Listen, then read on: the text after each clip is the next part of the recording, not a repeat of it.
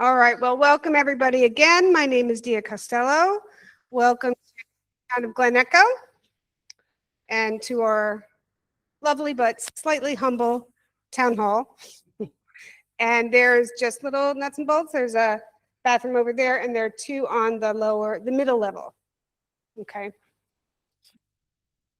I thank everyone for the third community meeting. I thought actually we'd have a smaller crowd because it's hybrid, so this is when everyone comes, so that's fantastic. So obviously we're all here because we share a deep commitment to protecting and restoring the Potomac River and the canal. I want to recognize, of course, all of you residents from citizen groups and also our elected officials to this meeting. So I see Jamie Raskin's representative. Jamie could not be here. I saw him earlier this morning at another event, and he apologizes he couldn't come, but Nina Weisbrock is here. Thank you, Nina. And our wonderful Senator Sarah Love is also here. And Mark Corman from District 16 is here. Let's see, who else is here that I have not? I know Tazeen is here, who's running for D16. Thank you for Tazeen.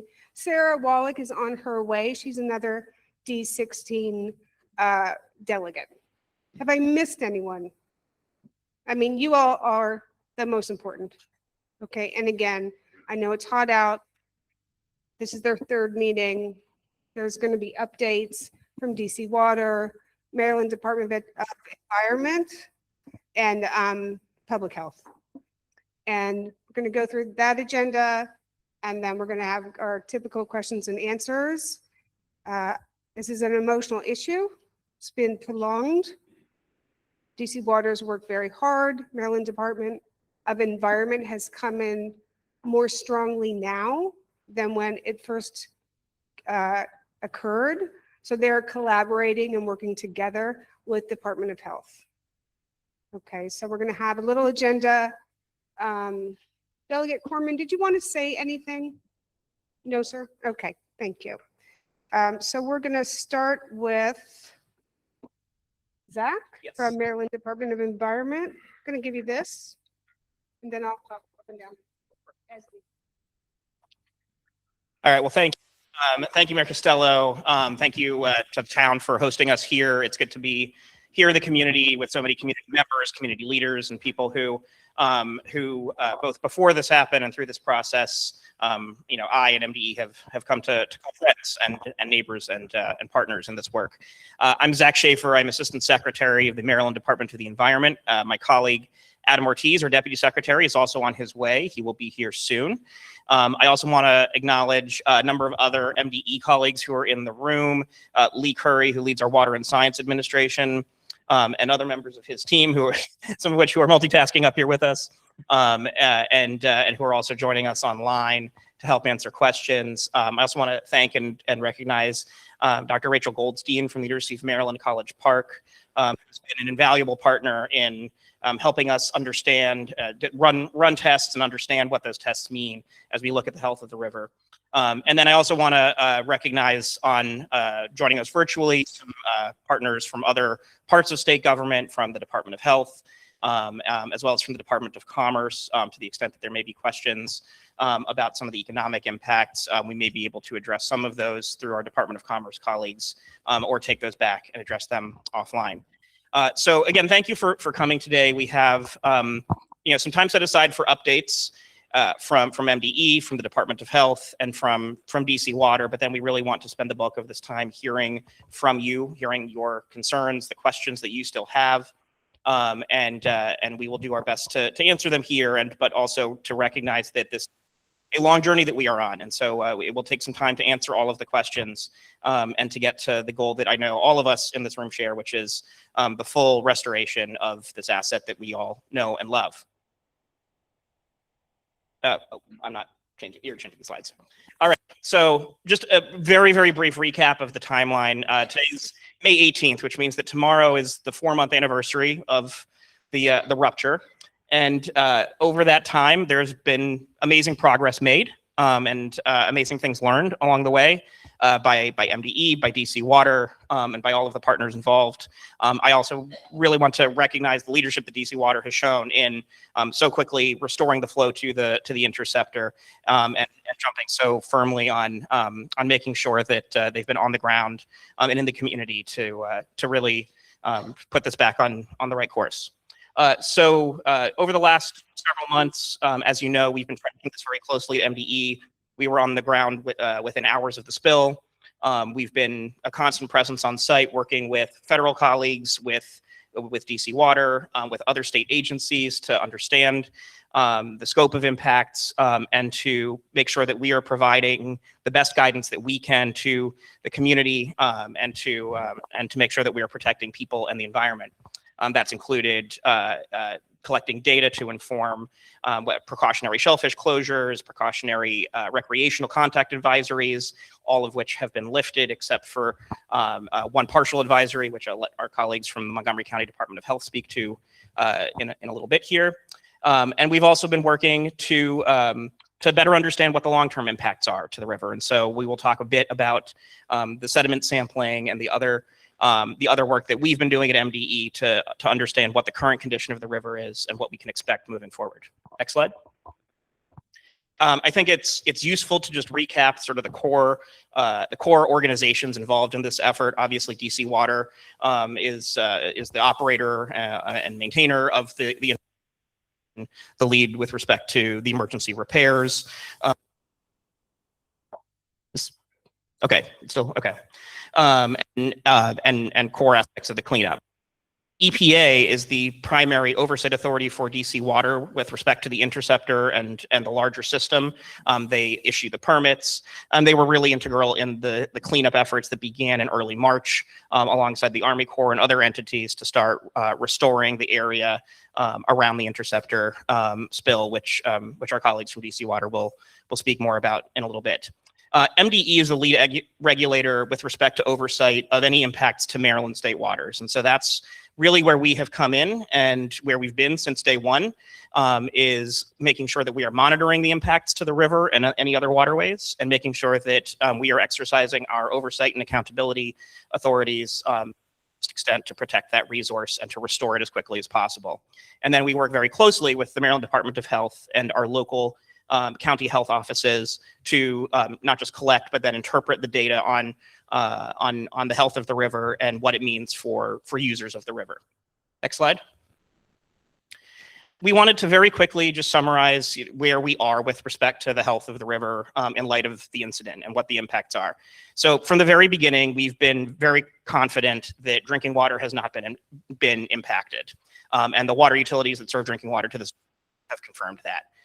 Shellfish harvesting, as many of you know, we made a precautionary shellfish harvesting closure at the closest shellfish harvesting area, about 50 miles downstream. Several weeks of no observed impacts, we lifted that advisory. With respect to recreational advisories, there were recreational advisories. It was, of course, deep winter when this occurred, very frozen for the first few weeks. But we did want to be clear what the potential risks were. And so we worked with our colleagues in the Department of Health and in the counties here and downstream on those health advisories. We continue to monitor the health data with respect to bacteria in the river, of course, but those have largely been lifted. Again, water testing is largely showing a return to historical norms on the stretch of the river that was impacted. And the daily and weekly water quality monitoring data collected by DC Water, by MDE, and by other entities continues to show an improvement in those levels. And with the exception of after certain wet weather events where you would expect to see elevated levels of E. coli and certain other pathogens, we've seen a real return to very, very low levels of bacteria in the water.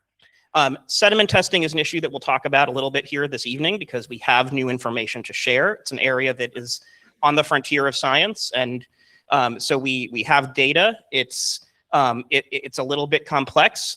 What it reinforces is that in general, levels of bacteria in the sediment at the bottom of the river, we're talking about in-river sediment, not the banks, not the land, are very, very low.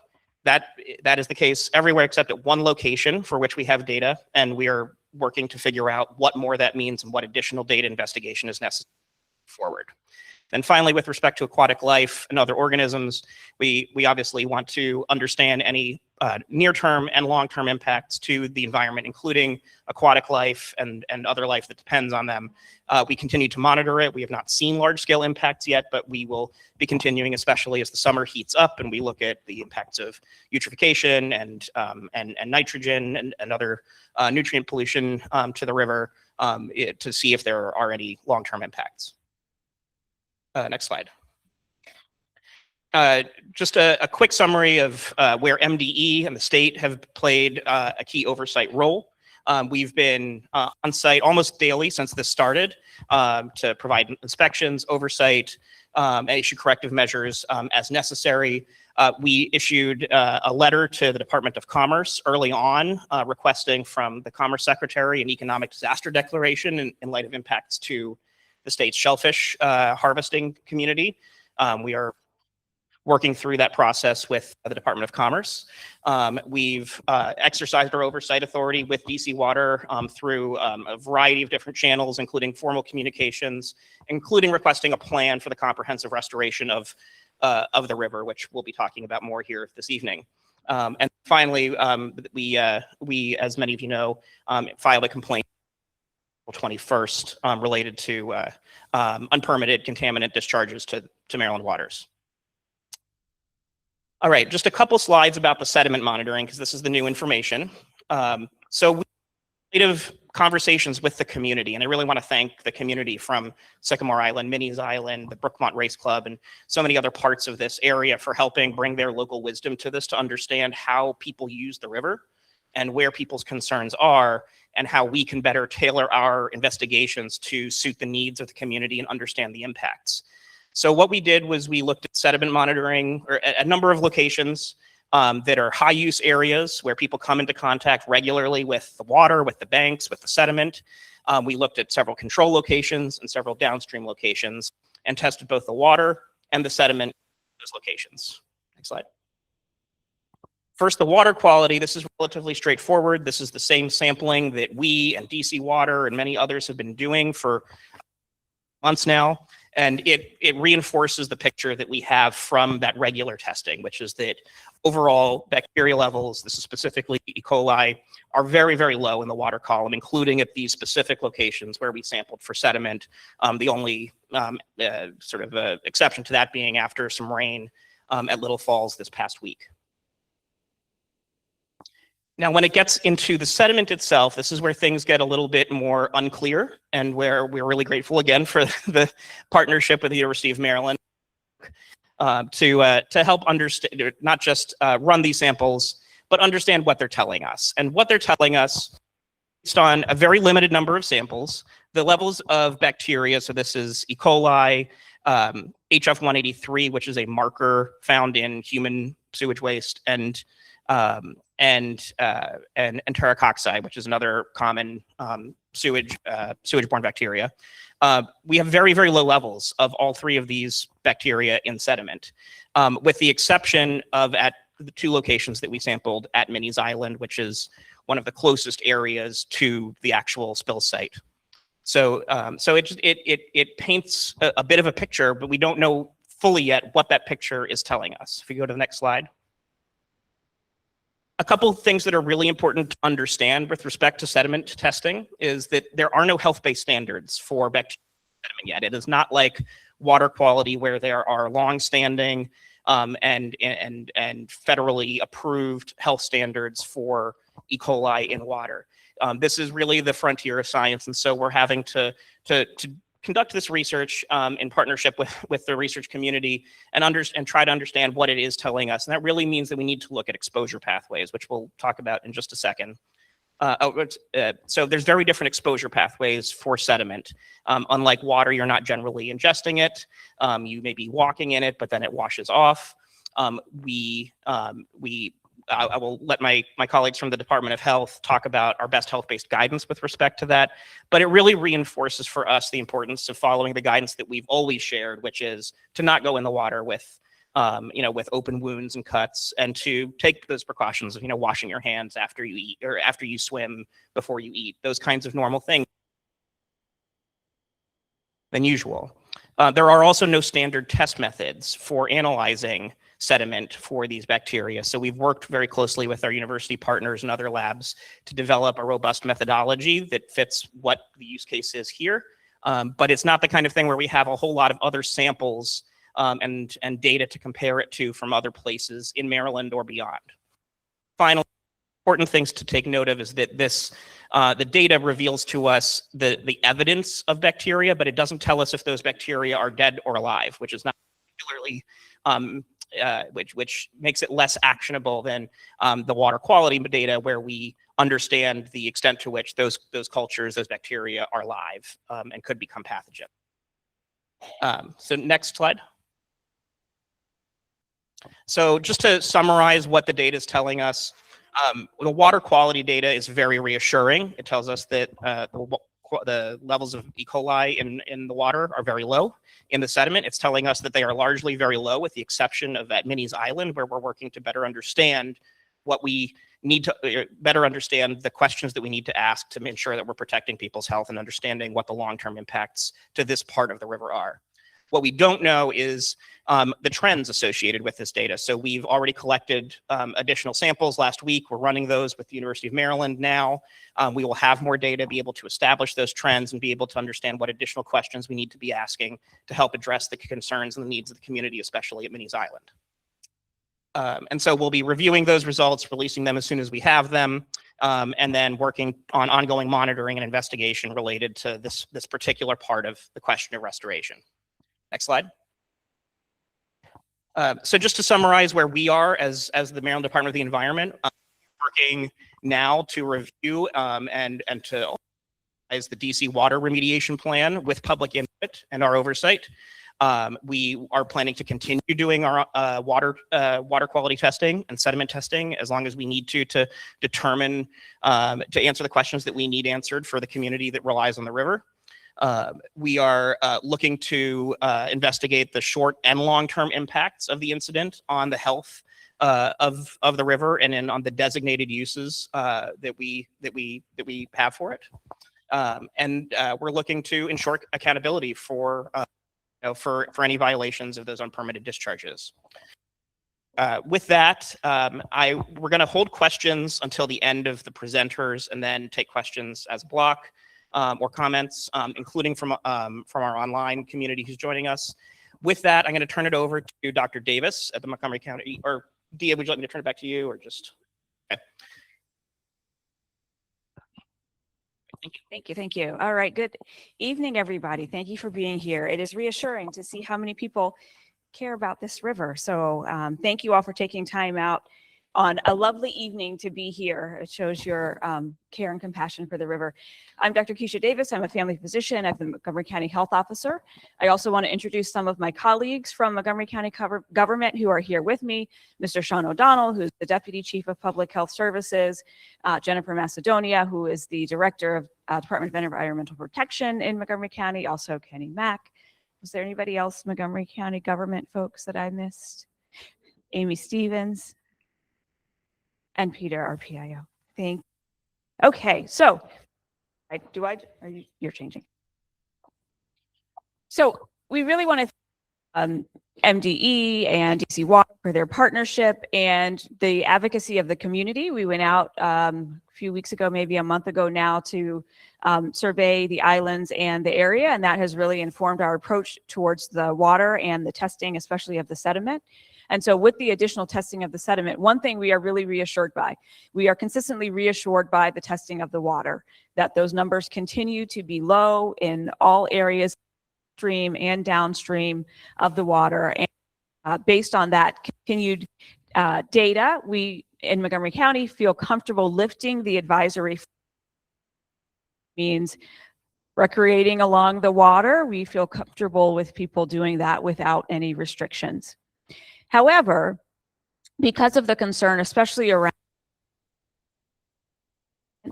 the advisory remains in place for shoreline sediment. So we are asking folks to avoid the shoreline sediment between Lock 11 through the shoreline surrounding Minnie's Island, which means keeping kids and pets away from these areas. And if you go to the next slide, that can show the area of that. So you can see this right here is right around where the sewage spill is, all the way down to and surrounding Minnie's Island.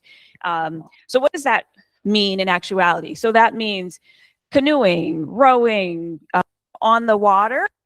Should feel comfortable to do that, but I would not recommend putting in any of these points. So if you put in upstream of that, you should feel comfortable. I wouldn't get in or out in that area. Can go to the next slide. So if sediment exposure occurs, we again practice immediate hygiene. So washing hands with soap and any skin, obviously, that might have been exposed with soap and water, cleaning off any boots that might have been exposed, cleaning your pets, so rinsing off their paws and fur if they should be exposed to the sediment, and then seeking care from a doctor or veterinarian if symptoms should occur. So things like vomiting, rashes, diarrhea, irritation, things like that. And certainly disinfecting any clothing or items that might have been exposed to the sediment. I do want to remind folks of just general guidance when you are interacting with the Potomac River. It is not a sterile body of water. There are no sterile bodies of water that are naturally occurring. So natural bodies of water contain varying levels of bacteria. And so you want to take precautions of that. The levels we can now safely say in the Potomac are the levels that you experienced recreating on it before. We feel very comfortable in that. But even then, it's, you want to be careful about ingestion. It still remains, it's not recommended to swim in the Potomac River.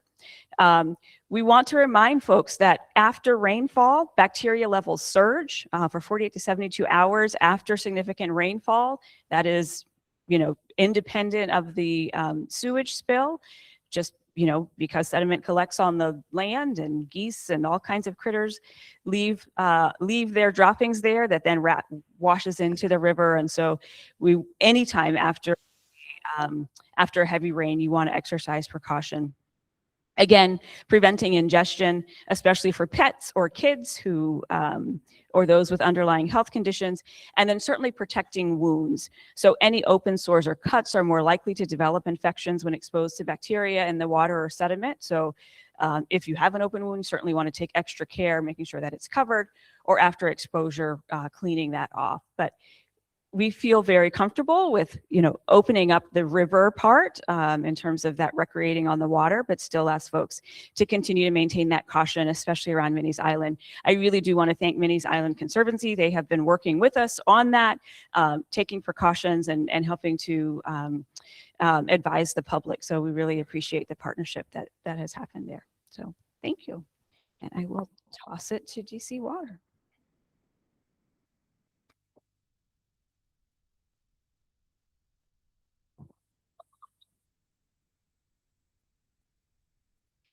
Thank you very much. It's a pleasure for us to be with you this evening. It is, as stated earlier, it's great to see everyone out again. We thought it was a smaller crowd there, but we're happy that people are interested in the river, just like we are at DC Water. It's not just the Potomac, but also the Anacostia River as well. I will be brief this evening and then hand it off to Mr. Brown and Amanda to go through some of the things that we've discovered at DC Water. I want to, as I stated, I want to thank all of you for being here this evening. We know that this event has caused many of you a concern. It's been tough questions for us at DC Water since January 19th. The DC Water team has worked very, very hard to restore the river and just to really put us where we're at today. And we still have a lot of work ahead of us at DC Water, and we know that we do. Our top priority from day one was getting the overflow under control. That was the number one priority. And our crews and contractors did an outstanding job of getting that under control and getting that bypass in place within 5 days and cutting off that flow to the river. As you will hear in a moment, the Potomac River is incredibly resilient. And there are a lot of very positive signs that the river has rebounded and that once again is safe for recreational use. And we're very happy about that, as I know that each and every one of you are as well. Our daily sampling has showed that the water quality is back to normal. As stated earlier, the levels are very low. But having said that, you know, our work is not done, and we know that our work is not done, and we've got more work to do, and we're not going to leave until you and MDE and EPA, all of them feel like our work is done. So we are dedicated to making sure the river is safe and clean, and one of those things where you can get in it without hesitation. I will now turn it over to Matthew and also to Amanda to talk about some of the things that we're doing at DC Water and where we're at and our path forward at this point in time as well. Thank you. Thank you, Mr. Press. Good evening, everyone. My name is Matt, officer for DC Water. It's really good to be here tonight. I'll be quick before I turn it over to Amanda Zander to talk. She's going to talk a little bit about the environmental remediation plan, rehabilitation plan. As Mr. Gaddis said, we've had 4 priorities as we've worked through this incident. Number 1 was to stop the flow. And if you'll recall, we were able to get a bypass in place with partnership with the Park Service in 5 days. The next priority was to repair the pipe. And so the emergency repair has been done on that pipe. The next is to perform the rehabilitation work. And so one of the reasons we're here tonight is we want to hear your comments on the environmental rehabilitation plan. It's available on our website. We're here tonight to listen to your comments and really want to understand your concerns. And we'll take those into account as we finalize and work with MDE on the finalization and the implementation of that plan.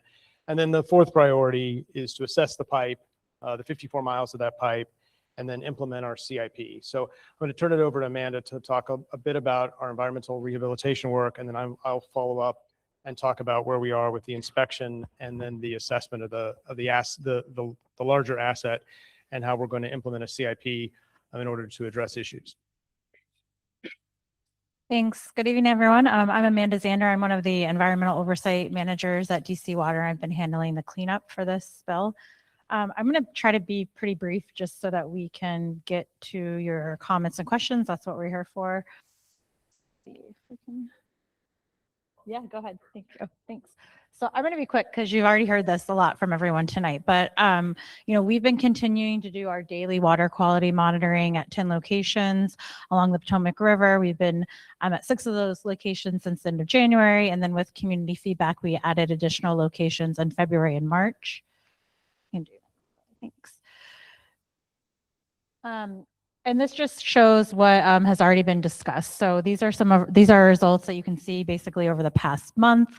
And what you're seeing is that except for some fluctuations due to those weather events, we've mostly seen that all of the sites have returned to that normal background, safe recreational level. And in response to feedback that we got, we were asked to do some kind of more intensive sampling. So in April, we did 3 consecutive Saturday sampling events. We went to some of the most high-use areas, and we basically sampled 5 times throughout the day. So every 2 hours from 8 a.m. to 6 p.m., we wanted to see what was happening throughout the day on these high-use days and high-use areas. And what we saw was that everything was below those values and that there really wasn't any sort of like significant variability across days or time. So at the end of April, we submitted our PI repair and rehabilitation plan to MDE. Hopefully a lot of you have seen it. It's on our website. We definitely welcome your feedback and comments, and we're looking forward to getting the review from MDE. But as I said, just the daily water quality, we're seeing that that has returned to normal.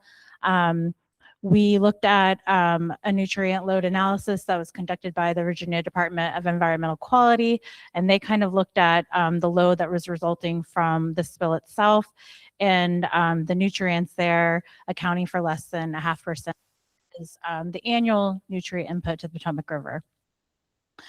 There's also a presentation done by the Interstate Commission on the Potomac River Basin, and they looked at kind of the flow of the river at the time and modeling and showing that most of the impact to the river went away really quickly, which we've also seen in our water quality results. And then the actual cleanup itself. So we've been on site since February conducting the cleanup. We had assistance from the U.S. Army Corps of Engineers and the EPA who did some of the cleanup in the area. They finished that work, and now we are just continuing to work directly with National Park Service and MDE to finish up the cleanup in that area.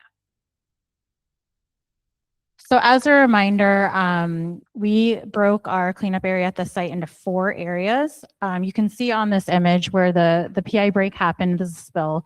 So at that time, the sewage flowed along the drainage channel that's along the Clear Parkway. So that area kind of in orange is what we refer to as Area 1. From there, it flowed underneath the C&O Canal through a culvert into a tributary. That's Area 2. And then actually flowed into the river, which we refer to as Area 3. And then we had our where we used the C&O Canal as our bypass. And so that area we refer to as Area 4. So this table just gives you an idea of all of the efforts that we'll be taking and where we're at. Largely, we are completed with phase 1 in all of the areas, and we'll be finishing up the Area 4 for phase 1 this summer. What phase 1 activities generally entailed in all of the areas was really getting out there and removing all of the waste and debris, getting everything cleaned up, and then doing temporary stabilization. I'll show you some photos in a couple of slides that show each of the areas. We did a visual inspection of the Potomac River. We didn't find any waste or debris, and we're just continuing our monitoring there. For the canal itself, we are getting to a place where we're almost finished there as well. We removed all of the debris down to the clay layer. We're doing some confirmation sampling and testing there with NPS. Once that's confirmed that the cleanup is done, we'll restore the clay layer and go on to do some seeding there as well. And any of the historic features that might have been damaged we'll be repairing as well. So like I said, phase 1, we're largely done with. Phase 2 will continue throughout the summer into the fall when we can do some of the replanting. And then most of our work for the cleanup at that site will be finished. So as part of our plan committed to MDE, some of the takeaways and actions. So we're going to continue our daily water quality sampling, but we propose that starting on July 5th, we'll just reduce that down to once a week and keep that going throughout the summer till September 10th. As you can see, the water quality results have just been showing, continued levels. There'll be lots of other entities that are also sampling during the summer because of their regular sampling from May to October. But we will continue at the 10 sites that we're at. As I mentioned, we'll finish this first phase of cleanup later this summer, and then we'll continue into the second phase of restoration in the fall. And that'll be all the final grading, seeding, making sure all the impacts have been taken care of. So these are just some of the are really helpful for those of you that haven't been out on site. But what you see in the photos on the left are the photos that happened right after the overflow, before we began any cleanup. The middle photos show while we were doing efforts during cleanup, and then you can see where we're at to date. So things that have, the waste has been removed, it's been reseeded, we're seeing the grass growing back. It's looking really nice out there. These are in areas 1 and 2. You can see the river, and then in the canal itself, that was quite a big cleanup job that we've done there, and we're almost complete there. You can see in the picture to the right, that's where we've removed everything down to the clay layer. I'm gonna let Matt jump back in. Thank you, Amanda. A lot of work's been done. A lot of work remains. And again, we're to talk a little bit about what we've done with the asset, because we want to help ensure that we don't have issues like this again. So did the Potomac Interceptor. We have sent a robot into the Potomac Interceptor, and it does 2 things. Number 1, it uses laser to understand the thickness of the pipe, understand the condition of the inside of the pipe. So it helps us with the thickness and then the vision of the pipe. It's helping us inform our capital program. So at each of the meetings, we've shown a chart that so the first two lines are between manholes 15 and 20. So that's the section that's being rehabbed. That includes the area near manhole 7 where the break occurred. And so we've completed the emergency repair. So that's that very first top line. So the work is complete there. The next thing is the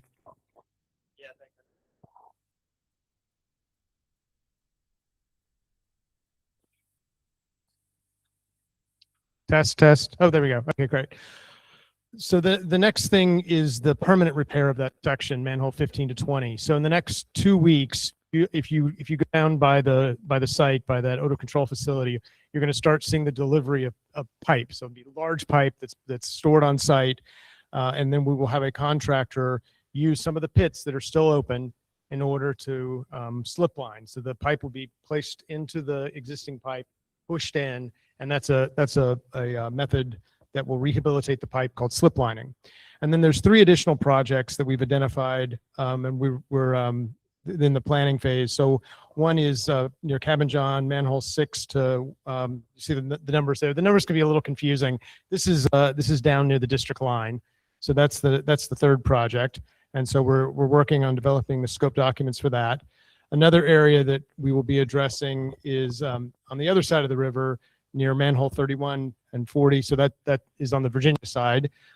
You all remember some of the maps that we've shown in previous presentation. This site goes all the way out to Dulles Airport.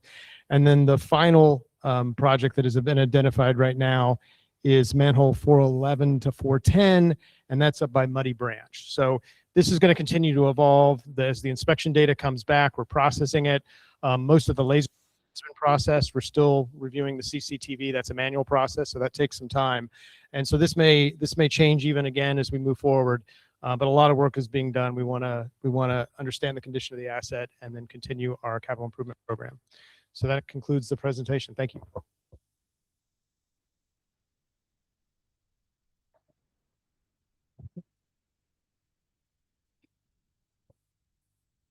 All right. Well, thank you to DC Water. Thank you to Dr. Davis. And that concludes the presentation part of this evening's program.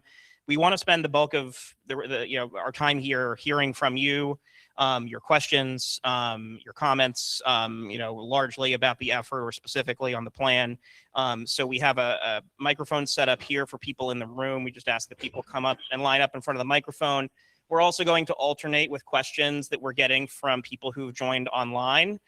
So I'll be getting those questions, or we'll be getting them from one of our colleagues who can help facilitate through the Teams chat. So if you are online and you have a question, can you please put it in the chat on the Google Meet, and our colleague Michelle Koo will make sure that we get those questions here in the room, and the appropriate person answers them. All right. And just please, when you come up, please indicate who your question is for, or multiple of us. So please go ahead. Yeah, appreciate it, Zach. Hedrick Beelan with Potomac Conservancy. And more set of comments, framing comments on behalf of a coalition, Clear Potomac. It's a coalition of about a dozen groups, many of who are going to speak here in a little bit about the plan. So some top level framing points. We've got a coalition that, again, a dozen members. And as I look, I think we've got them all lined up here. So appreciate you coming out. We're extremely disappointed in the product and the process of this rehabilitation plan. And this presentation tonight just reinforced it. Our hometown river deserves better, and our communities do as well. Maryland DEP sent you all a letter on March 12th. And they asked you, they had a 2-page addendum saying, here's what we want to see in the rehabilitation plan. On May 8th, you released to the public your 23-page document that spells it out. And I call it a document because it's not a plan. It's basically 16 or 17 pages looking back, reporting on what we know about in the past, A plan is looking forward about what you're going to do in the future. And again, only reinforced tonight. It fails. This document and your PowerPoint looks just at the site. It doesn't address wildlife impacts the way it's asked for. It doesn't really address recreation, human recreation, and it doesn't address downstream impacts beyond the immediate spill site. Again, colleagues are going to talk more about some of the particulars around that. DC water, I mean, you know, again, I don't know how many slides were up, but it was half a slide that talked about the actual remediation steps. And in this document, this 23-page document, it's one page. I don't know what, you know, DC Water appears wanted to check a box. DC Water wanted to see if it could get away with a minimal effort. DC Water didn't have the professional courtesy, which has really irritated a lot of people, to even reach out to Clear Potomac, which has been trying to work constructively with you and your team since January 19th. Your slide talks about how you had public involvement in the development of this plan. I don't know of any group that you reached out to. I'm not saying that you didn't, you just chose not to reach out to the groups that have been trying to work with you throughout. So the DC Water Board should be ashamed of what management's response is and how they're handling this. Also, MDE, appreciate you all being here tonight. You are going to play a really key role here. We're calling for strong leadership from all of you, because at the end of the day, we need to achieve the stated goal of leaving the impacted area better than before the spill. I don't see how that happens. I don't know. I don't see anything that gives me confidence that that's going to happen. Now, you know, we're going to keep at it. We're not going away. And the good news tonight is you're going to hear from a lot of other community members that I suspect share this sentiment because they are passionate about the river. And that's why so many people are here tonight. So appreciate the opportunity to offer a few thoughts, but you know, better than before the spill. That's the appropriate standard. And you need to demonstrate to the community that that's been met. And what was presented tonight and what was shared with the community 6 days ago, 6 working days ago, incomplete and unacceptable. Thank you.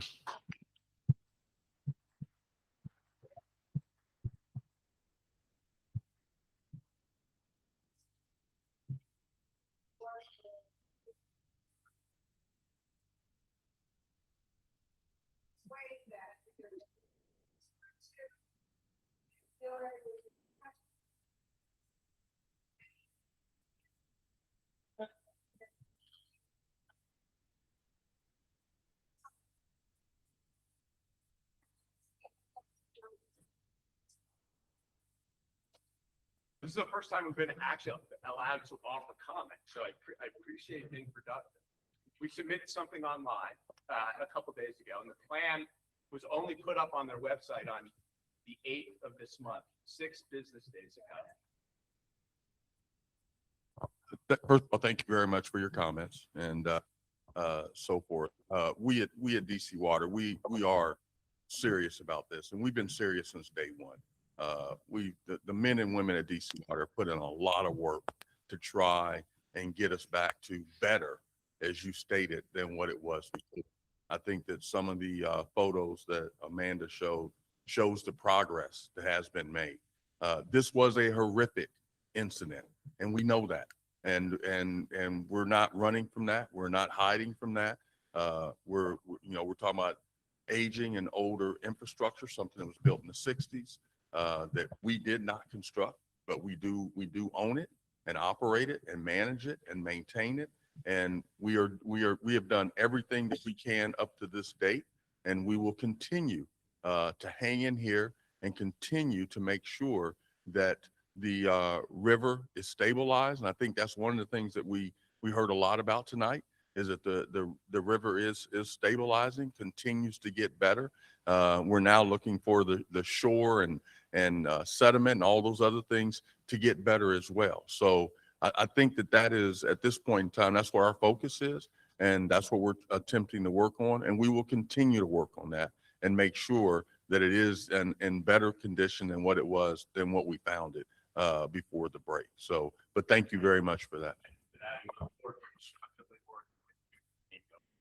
Thank you. Yeah, thank you. If it's okay, I'd like to turn around and face the audience. It's no disrespect to the folks up here. Good evening. My name is Joe Salunas. I am the board chair of Minnie's Island Community Conservancy, of which we're the folks with the bad sediment. That's us. If you indulge me just for a couple minutes, I've got a page or so of comments. A number of folks, Hedrick mentioned that there was a dozen environmental organizations who spent time going through DC Water's plan. And I'd like to present some of the highlights and observations that we saw from the plan, because I'm not sure everybody here was able to read the plan. The plan starts out talking about short-term impacts of the spill, okay? The way the impacts were presented, they significantly underrepresent the actual impacts, and they present inaccurate information that really should have been apparent to the authors of the report. The PI flow did not reflect a very small percentage of the Potomac River. If you all remember back when the spill happened, we were at a historic low level of river flow. So on January 24th, when the pipe was still gushing, the volume of the pipe represented 5% of the flow of the Potomac River. And the way that information was presented in the report, it was shown at a very tiny little line. Okay, and I don't know if any of you here are like students of Edward Tufte and the way you're supposed to present graphical information with integrity. This was not presented with integrity. DC Water did not mobilize quickly to expand water quality testing. It took them 10 days. Okay, and in this 10 days, the public health departments were kind of, and the media and everybody were in the dark about what was actually happening out there. Bacteria levels did not drop quickly as stated. Okay, it took 12 days after, remember the big Super Bowl flush release that happened? It took 12 days after that for levels to drop below the EPA standard. We say that sampling at key public use areas all showed results below regulatory levels. No, that's not right. You know, they did not show that. The report says that there was no fish kill. A fish kill in the vicinity of Minnie's Island was documented in a photo and supported by, for a couple days right at the spill, there was really unusual. I'm a bird watcher. Any bird watchers here?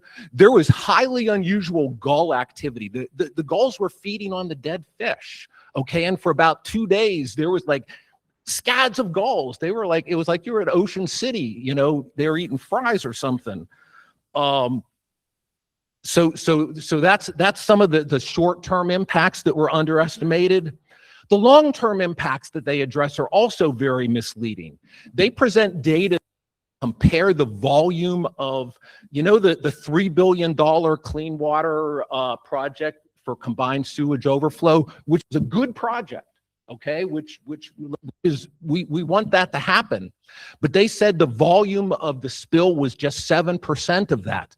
No. CSOs are a mixture of storm water and raw sewage. And DC Water's information says that a typical CSO is 5 to 10% sewage and the rest storm water. When you compare the volume of actual sewage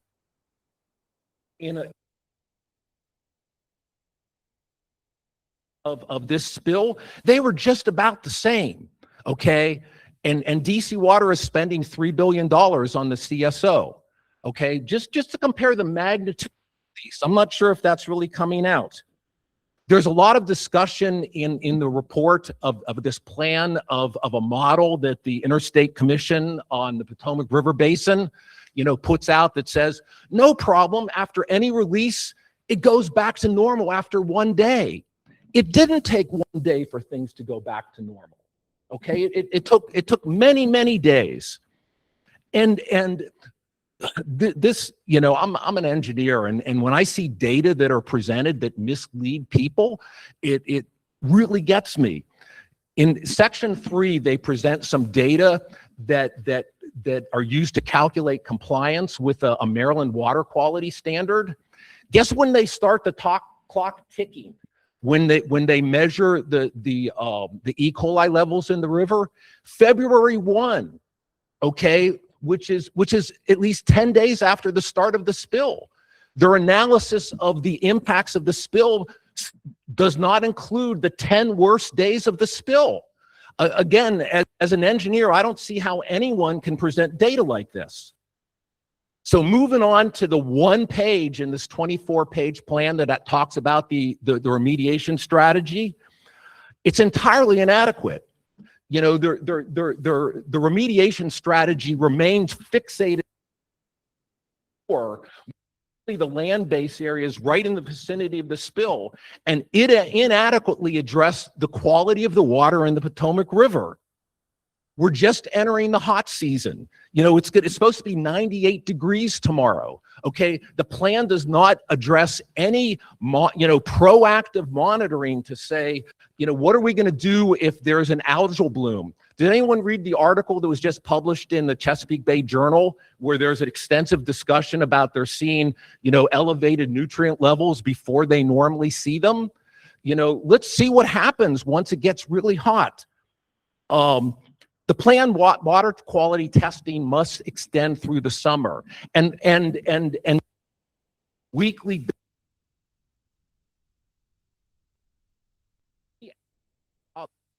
sampling be done tied to precipitation or high flow events.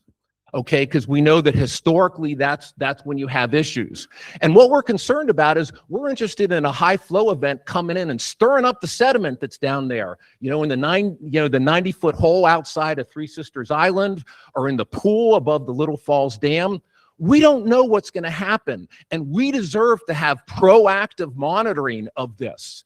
You know, so we don't need to knee-jerk react to what happened.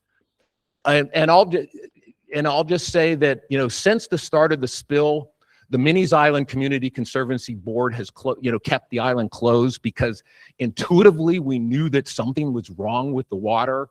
Well, we're going to keep it closed. You know, hopefully we can reopen it sometime this summer. Last comment, and this really gets me. On the very last page of the plan, they have what are called success criteria. You know, so how do we know when they're done? And here's what their criteria is for water quality. Water quality impacts downstream from the site ceased by late February. We will do voluntary sampling to further address public perception. Okay, I find this, you know, you're insulting our intelligence by having that and including comments like that in your press releases. Okay. We propose more meaningful success criteria, such as all relevant environmental test results, including water column, sediment, human indicator bacteria, fish, wildlife, benthic monitoring, return to baseline conditions for a consistent time period. So thank you for indulging with my extended comments here.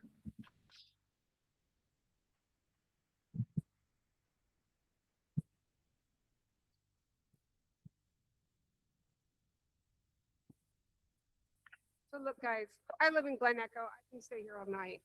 But if you can make your comments a little more concise, I think that'd be helpful for everybody. I also have some people who want to talk about health. And so I want to like mix it up a little bit, okay? Because I don't want people to get a little like numb from the important things you all are saying. Tisha, did you want to come up about health? And if anyone has, just to have a break a little bit from what DC Water said, we're good, Vicki? Yeah. Okay, thank you. And if you can just, you know, I know we all feel passionate. I sure do too. But please try to 3 to 5 minutes so people can absorb it, take a moment, and let a response occur. Thank you. Hi, I'm a resident of Glen Echo. I live across the street. I use the canal every single day. I moved here to be by the canal. I've lived here my whole life. My dog and my husband were down in the spill and no one notified us that that was happening in real time. So we are, obviously very concerned about the health and safety of what's happening down there at the canal because we use it. I have 2 questions. They're really simple questions and no one's answered them yet. My first question is, why does it still smell? And it's getting worse. My second question is, my son and a lot of people use the towpath as part of the in his case, the Whitman cross-country team. A lot of runners use that space. We use that space. Strollers use that space. I want to know if it's safe for us to use the towpath where the sediment was, and is there health concerns about kicking that stuff up, and if so, for how long? Because we live here. I mean, this is forever for us, and the high school doesn't have any information. I'm the one who's been communicating to our team that it wasn't safe to go down there. No one told the kids they couldn't be down there. No one told us that our animals and our family shouldn't be down there. So I haven't gotten answers on those 2 questions, and I would really like answers to those 2 questions. Why does it smell? And are my kids safe running on that towpath?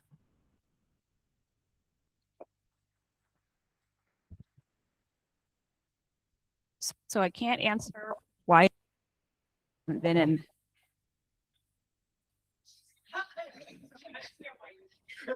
Because I haven't been there and I don't know. Sorry. Question about why it still smells. That the towpath is safe.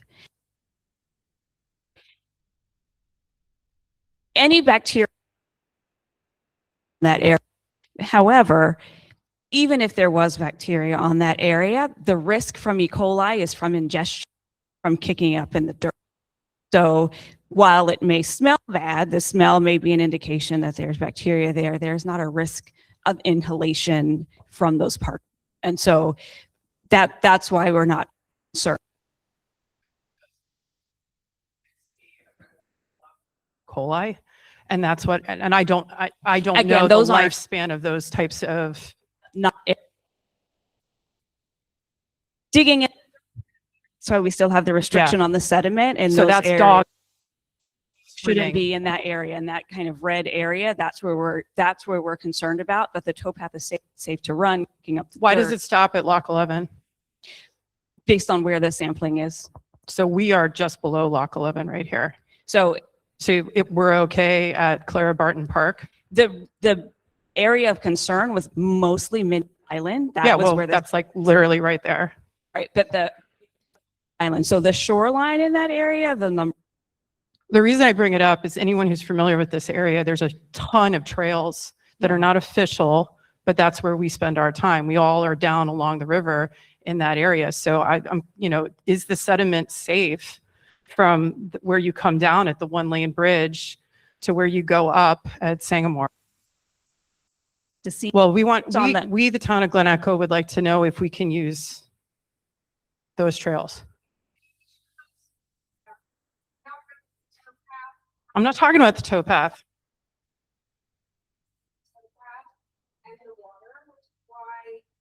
Which gets flooded.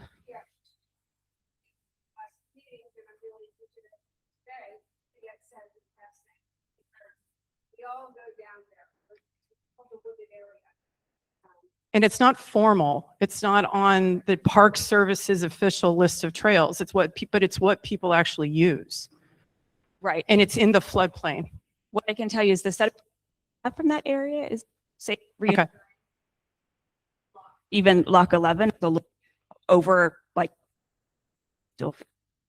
Thank you for that.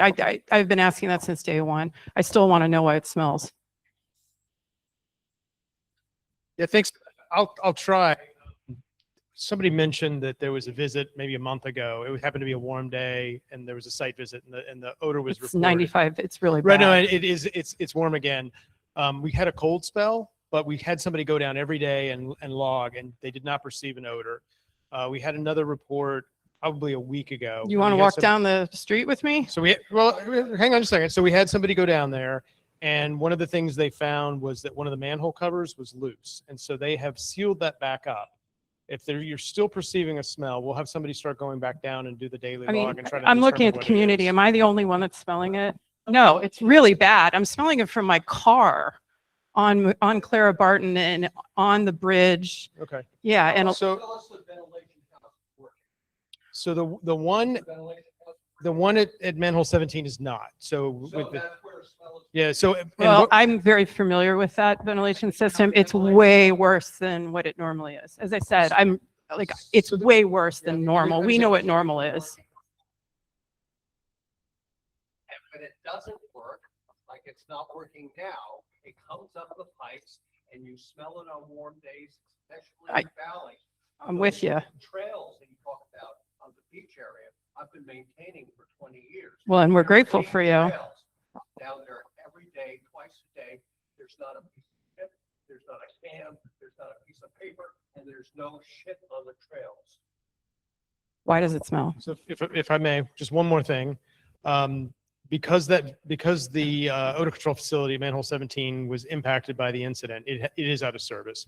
And so what we've been working on is a chemical dosing system upstream, and that should start in the next couple weeks. So there's going to be a chemical that's put into the flow that we believe should help with the odor control. We will go out and we'll start inspecting every day again. Okay. And We're grateful for it because we got to live here every day. Okay. Yeah, Thank you. thank you. Thank you. All right. Why don't we take Vicky, and then I would also like to start getting some questions from the folks who are online as well. So, Rick, and we do. We also have a lot of people attending online as well. We're going to try to get to as many people as we can. So Rick and Michelle, could I ask after the next question, can we take one from online? Thank you. To make my comment short, I will omit the thanks, but I did have some for DC Water and MDE. One of the biggest concerns is you need to not let comparisons to the wrong data or averaging distract from the need to look at baseline levels under similar conditions and compare current markers for contamination. And that's not what you did in this report. The main thing, and forgive me for the time I'm taking, but I've repeated this over and over. DC Water has this general thing, things vary from 50 to 5,000, and they're comparing to areas where there's combined water and sewer. And let me give you a hypo to explain why that isn't good. Pretend Jack and Jill each have a swimming pool. Jack's swimming pool, whenever it rains, his toilet flushes into the swimming pool, and Jill's is like a regular swimming pool. Then Jack changes plumbing, so when it rains, it spills into Jill's swimming pool. And when she says, "What are you doing? My swimming water isn't good," he says, "Well, it's no worse than mine was." That is the issue with his combined water sewer systems. Their numbers have always been a lot worse than ours above the line in Maryland. We swim, we paddle, we use the water, we care for that river, and we don't have a combined water sewer system. We hope DC will clean up their water. We appreciate that you're trying to do it, but to make comparisons for us with that data is just wrong. We at Sycamore 2021 to 2022, we tested once a week. We correlated with precipitation. We found that we met the general 48-hour rule. One time we had more than an inch of rain, 5 days, 120 hours till we fell below the level to swim. It was almost twice the highest we ever had. In the 44 tests we did, we only went above 2,000 once, and we only went above 1,000 3 times, including that 2,000. In those 5 days, we went above 4,100, 3,300. We don't know what's wrong. So we can't follow the rule till we, having daily testing helps somewhat. We really want testing during rain, but doing every 2 hours testing when it was sunny didn't really help. We need you, if you're gonna modify your testing system and not do daily data, you need to look at the problems that were identified at Sycamore and come up with another system to explain those problems, and not just say, because there's a lot of shit in the water below the DC line, it's fine for us. We are much more involved in the river. They don't swim in DC. We've been doing this for 25 years. We have baseline data, which we've shared. We're glad to share other data. We've tracked it against. I will say, to the extent you have your portal, you can't send Excel spreadsheets or other data. Please work with us to try to figure out. Having the daily data has helped us. When we had the downriver race, it spiked at Minnie's, and we didn't know whether we had to change the thing. And we called, and Maryland Department of the Environment helped us get DC Water to get us the data. I see other people who also want to talk, so I will leave it, but we'd really like to work with you on the science to ensure our river is back to the condition it was before. And you're using averages and other data is glossing over, you're not getting to the underlying issues. And we want to work with you to do that so we can safely enjoy our river in Maryland. All right, I'm just going to take one quick question first, which I think is best for you, Dr. Davis, from the online community. A person is asking if there's a prognosis for when it will be safe for people to put their kayaks or canoes in at Lock 10 and take them out. How will this be determined? Wonder if you could speak to the guidance, just reiterate the guidance you talked about a little bit earlier today, and how that'll be monitored moving forward. So a few things with sediment testing. We really are in new territory. We don't, as we mentioned earlier, we don't have a lot of great data on risks associated certain levels. So we know that the levels, most of the places are very low. High. We don't know if that is live or whether it's dead bacteria. It's just a marker of DNA. And for Minnie's Island specifically, we just have 1 day worth of data. And so we, again, trend is we don't know if that's stay high, if that's going to go. We also know that we are kind of in drought conditions right now. And so what we are really the data, and we need more information. So I don't have an timeline of how for that to clear, of what don't have really baseline data for sediment testing to know. Following the data, continuing to do the regular testing and see where that takes us. So I'm sorry, I don't have something more. Thank you.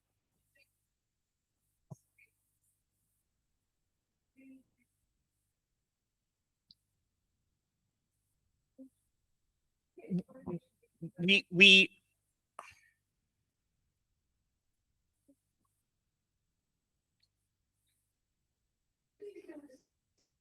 bacteria. When you do total, I'm a professor, I've been studying this for 50 years. They're viable, but they're not culturable.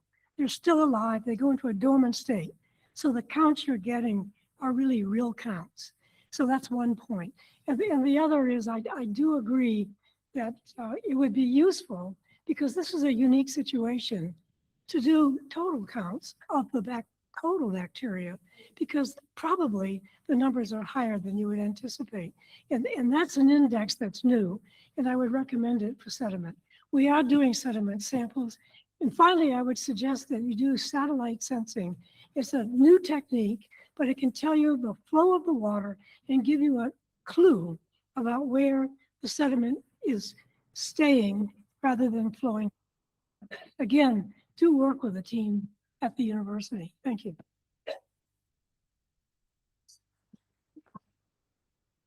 Yeah, and I did want to also say that yes, we have tested at 2 locations for sediment at Sycamore Island, and we did confirm very, very low levels of bacteria in the sediment there as well. So and it was tested sampled a third time last week, and we will be able to share those results soon. So my name is Chris Ladd, and I'm here as a resident of Bannockburn, the community here. I was at Walt Whitman High School, where a lot of you, I guess all of you were, many of you were there. And my expectations for that presentation were here, and I left that presentation with a number of questions. Jamie Raskin at the time said, "This is the worst sewage spill in North American history, or he referred to it as the worst sewage spill in North American history. And nobody picked that one up at the time. So what you did say at Walt Whitman High School was that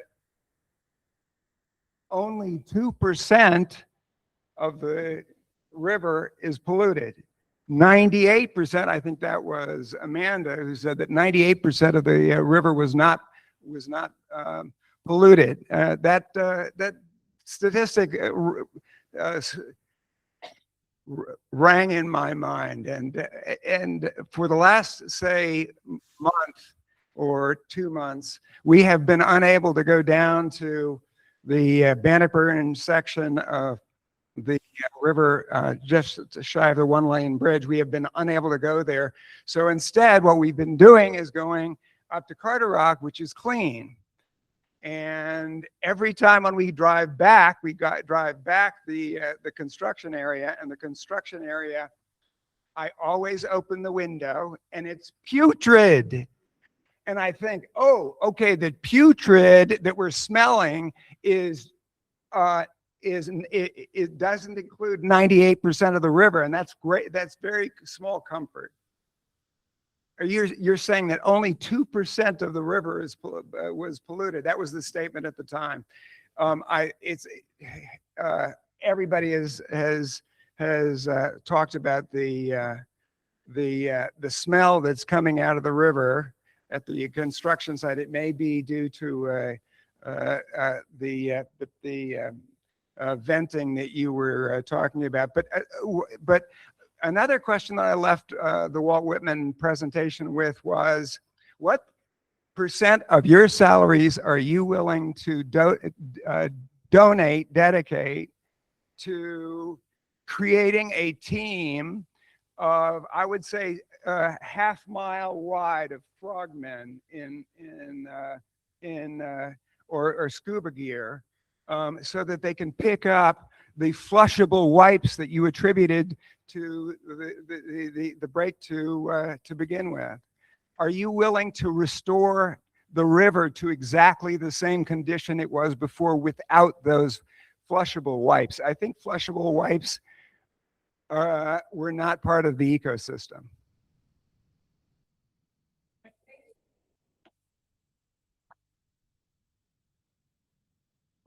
Hello, hi. I'm going to do a little bit like what Joe did, just so that people can see me for a second. Hi, my name is Eric Nothman. I'm the race director for the Potomac Whitewater Racing Center, and we're the largest slalom, whitewater, kayaking, racing group club in the entire United States. We are the most predominant in all the national races, and we create nationally and internationally competitive kayakers right here.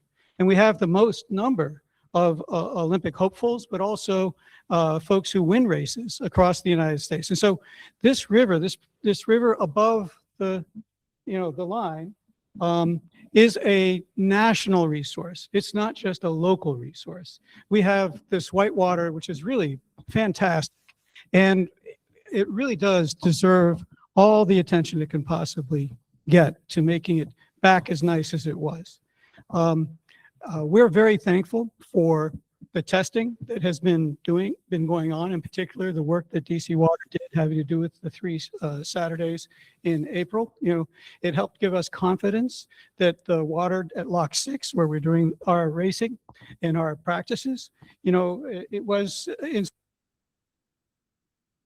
to the races, and we have restarted using the river. So thank you so much for that. That's a lot of work. And that said, I want to support very much all the words that Joe had to say, and also that Vicki had to say, because I too, in my normal life, if you will, have a background. And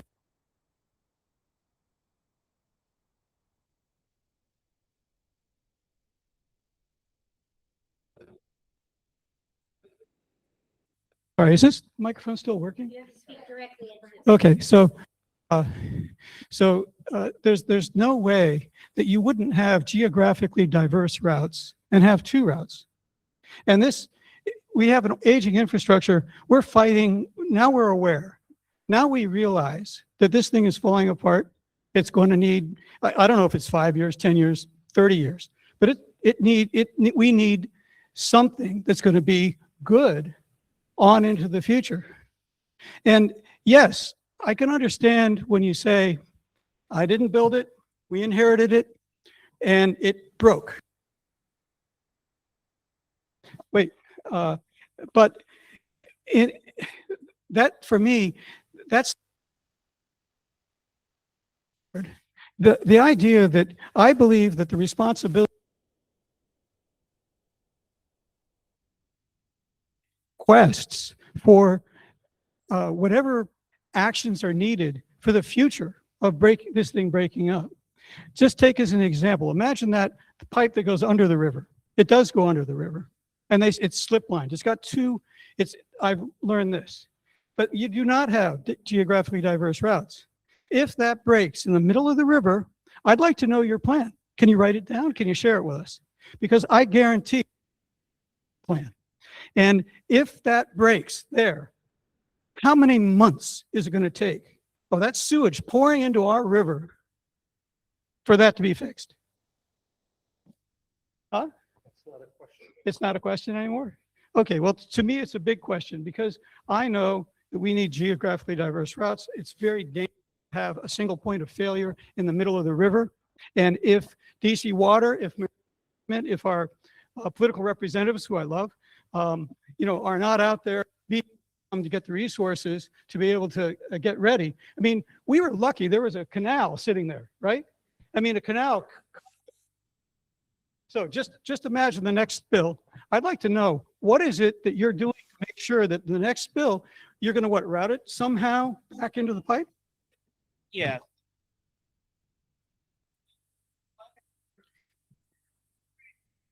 Yeah, Matt, if you don't mind, I'll give you the mic and also use that as an opportunity to take a question from the online audience too, who's curious about the status of reviews and permit needs that DC Water may have for continuing its work to execute its CIP. Sure. Thanks for the question. I mean, I think that this is a piece of infrastructure that has no redundancy. And so we are looking at, I would love to have a fully redundant system. That is an expensive and long-term proposition. And so the other thing that we're taking a look at is where redundancy could have the biggest impact. And you mentioned the river crossing. And so those are things that we're looking at. I mean, the first priority is what I talked about earlier. We're inspecting the pipe and we're going to make repairs in the areas that we need to. But I think that's something that we need to have a regional conversation about, what a fully redundant system might look like. And then the second question, I'm sorry, I've forgotten. Oh, the permits. Yeah, I mean, Service has been really good to work with regard to use of the canal, and we appreciate that. We did apply for permits for this pipe. I think the first was in 2018. We believe in environmental requirements. I mean, it's a beautiful asset, and I appreciate all of the ways that people have spoken about the river and how you use the river. It's important to preserve. We've got to balance the environmental concerns with the ability to get in there and do the rehabilitation of the pipe. And so for the areas that we've deemed high priority, the Park Service is working with us. There's a meeting that's scheduled this week for a couple locations. And so we hope to continue to work with the Park Service. I mean, I'd love to be able to have a full right of way. I mean, I'd love to be able to get in there and do the work that we need to. We're just gonna have to balance that with the park requirements and some of those environmental requirements are the law. And so that may be some conversations that we need to have on Capitol Hill in order, again, to balance the environmental concerns with ability to get in there and make the necessary repairs. Yeah, thanks. No, what? We just took one, so let's hear. Can you suggest maybe a 4-minute time limit? I'm going to take 4 minutes. No. 2, 1, here we go. Do you have a phone? Does somebody want to time? Great. Good morning, good afternoon, good evening. I lost it. I've lived here for 40 years. I live 300 steps from the river at mile 8. I'm intimate with the river. I've taken out hundreds of tires. I clean the trails. I curate this thing. I don't have a worldwide view on the environment anymore. I stand at the river and I look, and as far as I can see, it's clean. There's nothing down there. There's nothing bad. I'm taking it all out. You put the stuff there, I understand that. But you got to take the stuff out. Last time we talked, you talked about the nooks and crannies. I was very sensitive to the nooks and crannies because I visit the nooks and crannies. Okay. So I'm facing a eutrophication event this year. This is Cabin John at Lock 8 last summer. Rotten fish, dead, they die. This is going to happen to the rest of the river between what I call Schitt's Creek now and Cabin John Creek. There's things you can do. All you have to do is look up artificial intelligence and see what you have to do to prevent eutrophication.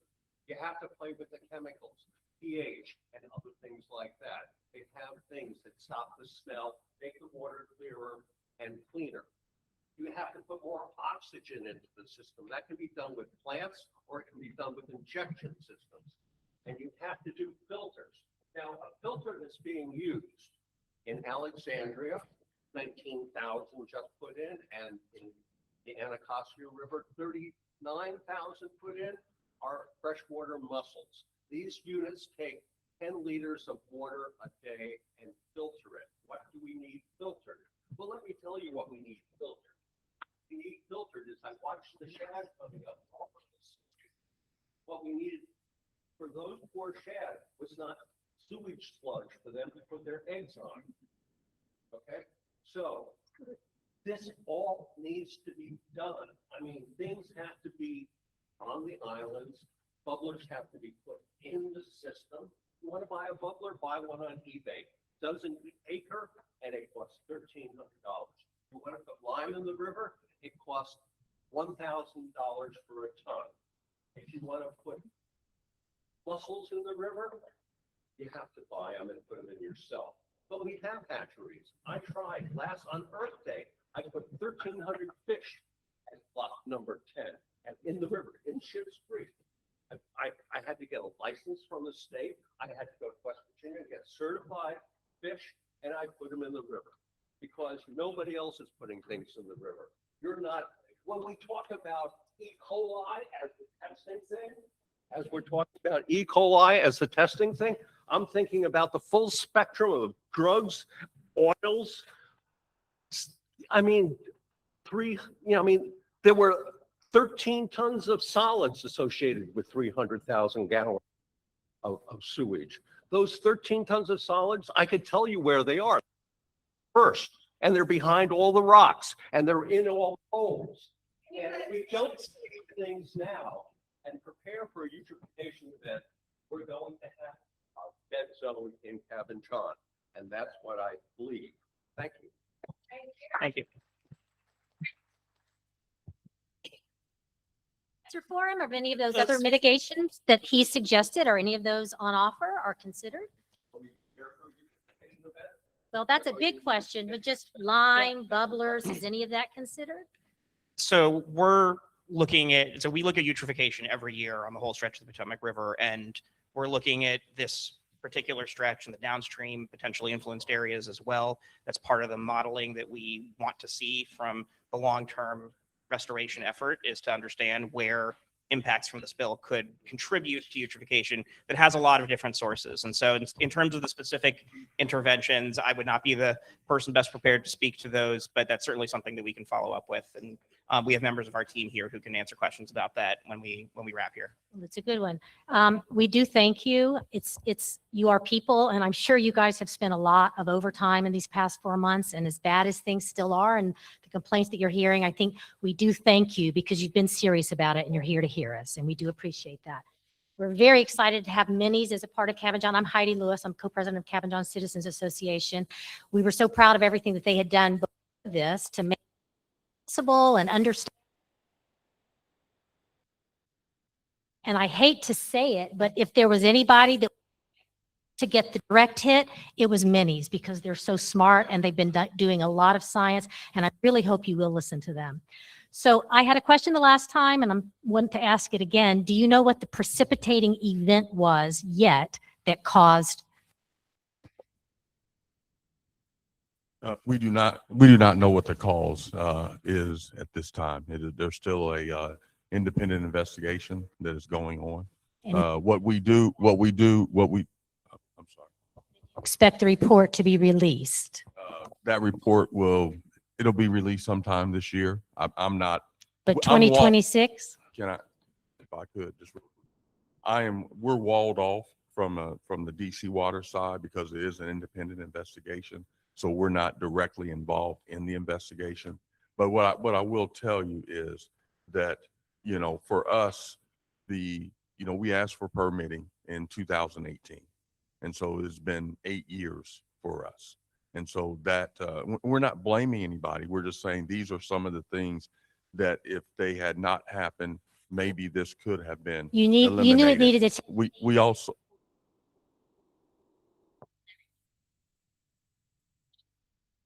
for remediation 8 years ago. yes, ma'am. And you put a robot through, but we've been told that the pile of rocks on top, at least even worse, could be the precipitating cause of the cave-in. Do you know how many linear feet or yards or miles of the 54-mile Potomac Interceptor have rocks piled on top? Let me finish my statement here first, and I'll come back to that. What we do know is that the weight that was on top of the pipe equated to about 18 tons of rock, which equates to 10 full-size automobiles. If you want to try and, it means something to everyone. And so we know that did have an issue and a problem with it, and the issue was it created a dam. Usually when a main breaks in this manner, there's not a dam inside of it. Flow continues, and it may come up a little bit, but you just don't see it occur the way that this occurred. And so this created a dam in there. And so we have, though, to answer your second question, we have began to look at the whole 54 miles, and we're utilizing different types of techniques than what we were utilizing in the past. We did not know what was on the outside of the pipe. We're now doing some core drilling. We're also, taking a look at just methodology to understand what's on top of the pipe. And also with dips that may occur, which does cause gas and does cause a degradation of the pipe itself. And so we've identified, I think, approximately 22 areas that we want to continue to monitor and take a look at, which is going to help us take another look at our CIP program that we put together and maybe range it in other areas ahead of other areas. You mentioned that you were using some new techniques to find where more rocks are. Can you tell us how far you've gotten in that process and when you think you'll complete that for the 54 miles? I don't know exactly how far we've gotten, but I don't know when we'll complete. I'll let Matt Brown talk. Yeah, so it's very much in the works right now. What we're trying to do and what the team's trying to do is understand where that may have been a method that was used to fill. So looking at areas that were blasted out and what the builders of the asset may have done with that. We were also piloting, this is very much in the early stages, the use of ground penetrating radar. So we're trying to understand areas where there are rocks and what that looks like under the ground penetrating radar. This is way outside of my area of expertise, but we're really trying to, the other thing that we've done is we've had a drone fly the length of the pipe just to try to understand what the exterior conditions are. This is very much on the sort of the bleeding edge of trying to figure out how we can make use of technology so that it can help us better understand what might happen, if there's a. And how do you report your findings to the public? Where can we go to find those findings when you have them? It's a good question that I hadn't considered. We're using that in order to help plan with our CIP, and so I discussed the CIP. Let me give that some thought about how we might be, because we're trying to be transparent with all of our information. We have our inspection reports online, so let me give that some thought. I appreciate that suggestion.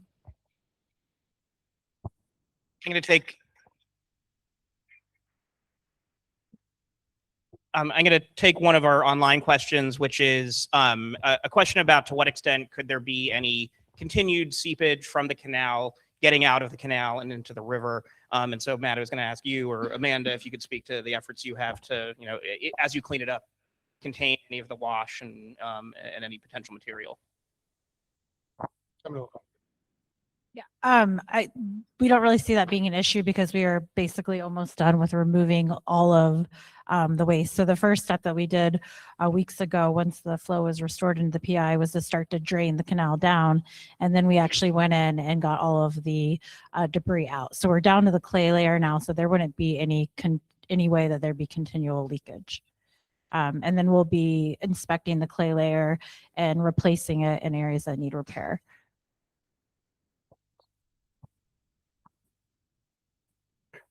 Hi, I'm Hugh Hilliard. I'm the chair of the Canoe Cruisers Association, and we have people out there in the river every day, even through the winter, but especially now in the warmer months, many more people out there, and not just in the water. They're also into the water, taking boats out of the water at different locations. And so they're coming in contact with the sediment, mud, whatever there is on the side of the river.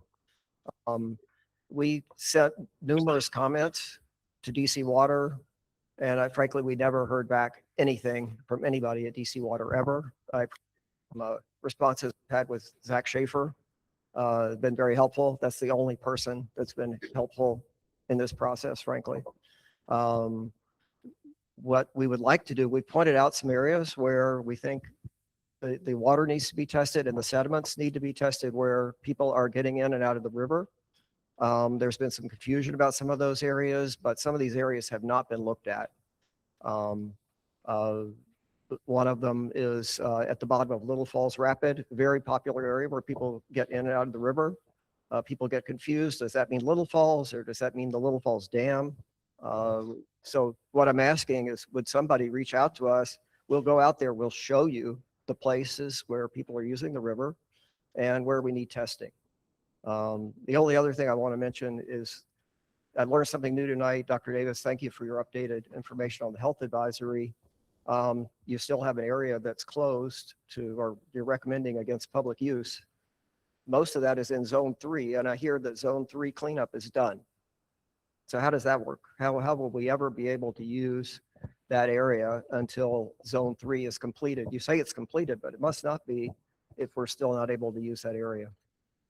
That area around Lock 10 is a very popular area for many canoeists, kayakers, and other people just going down to the river. And right now there are signs saying, do not enter this area.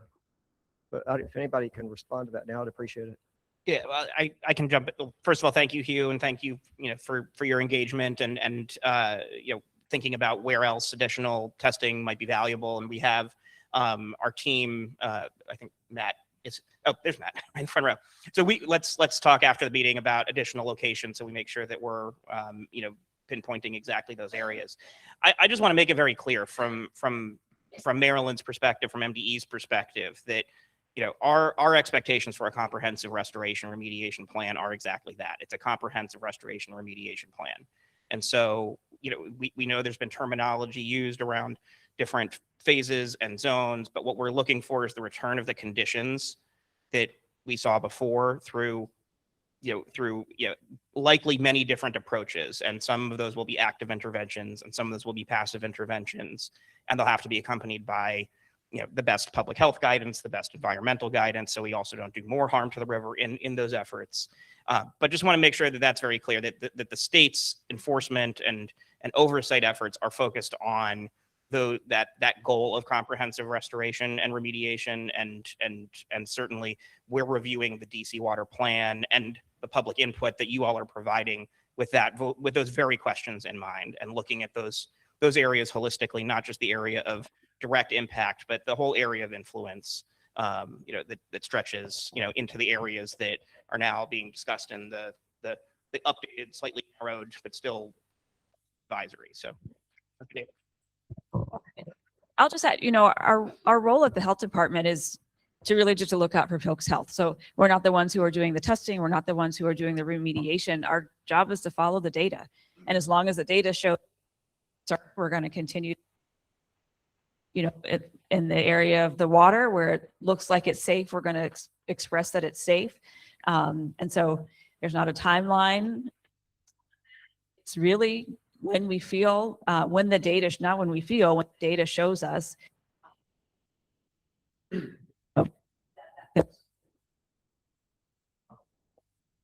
to the best and Yeah, well, thank you for that. And I'm not trying to change the data. I'm trying to change the situation that's causing the data. And I haven't really seen, when I see zone 3 is complete, I think, how will we ever get rid of that advisory? So, and then I just want to say we're part of the Clear Potomac group and support all the comments that they've submitted. And I'm not going to repeat any of that. Thank you very much.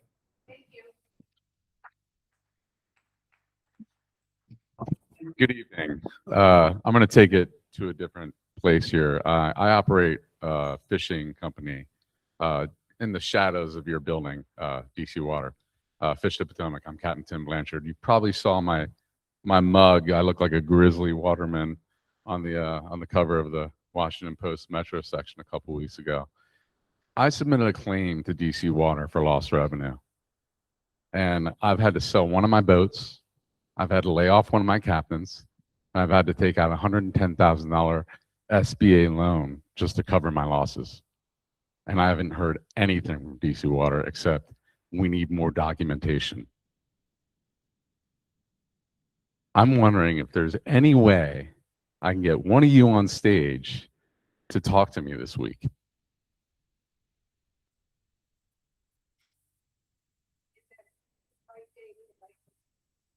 I mean, I've talked to John over here, and he's like, yeah, talk to the adjusters, talk to our third-party claims people. And I'm not somebody whose azaleas got ruined by a sewage backup. This is like an edge case here. Thank you very much. I'm sorry for anything that you've gone through and you don't think that we've, done anything for you or you'd like to see us do something else. What I will say is if we could get, John, have your name and all Yeah, that oh yeah, I've sort been of in stuff. touch with John Okay. several times. Fantastic. We will touch base with our risk management folks internally and see exactly where your claim is at, what we've done, and what the documentation is. Need back with you, and I'll have one of the senior executives in our organization touch base with you and see what we can do and see how we can, get this progressed along. I appreciate that, and You're I'm welcome. sorry for taking over the meeting for this.